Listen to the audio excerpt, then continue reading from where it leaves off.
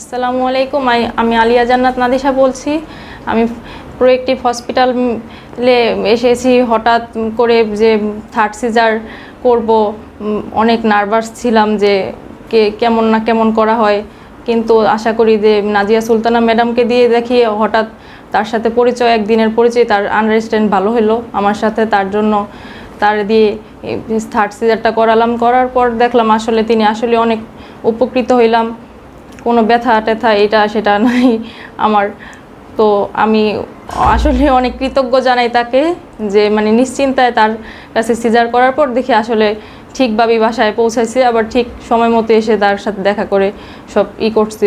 অনেক আসলে উপকৃত হয়েছি। প্রোয়েক্টিভ হসপিটালকেও ধন্যবাদ, নাজিয়া সুলতানা ম্যাডামকেও ধন্যবাদ। আশা করি তার আরও যেন এমন হয়, উপকৃত হয় সবাই এসে তার কাছে। এটা বলেই আমি আমার বক্তব্য শেষ করছি।